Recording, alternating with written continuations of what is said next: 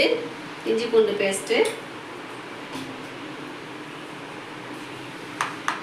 தேவையான அளவு உப்பு பார்த்துட்டு போட்டுக்கலாம். 2 ஸ்பூன் வந்து கார்ன்ஃப்ளவர் மாவு, 1 ஸ்பூன் வந்து கரம் மசாலா தூள், 2 ஸ்பூன் வந்து மிளகாத்தூள், தனி மிளகாத்தூள், 1 ஸ்பூன் வந்து மிளகுத்தூள், கொஞ்சம் கலருக்காக.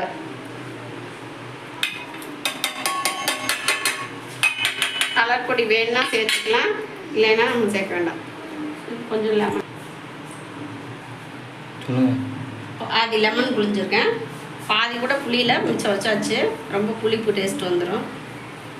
இதை பெரட்டி ஒரு 1/4 மணி நேரம் நம்ம வச்சிடணும். அப்போ தான் உப்பு உரப்பு எல்லாமே இந்த காடைக்குள்ளே போகும். இந்த அளவுக்கு நம்ம பெரட்டி வச்சுக்கிட்டா நல்லா உப்பு உரப்பு எல்லாமே இந்த சிக்கனுக்குள்ளே போயிடும். காடை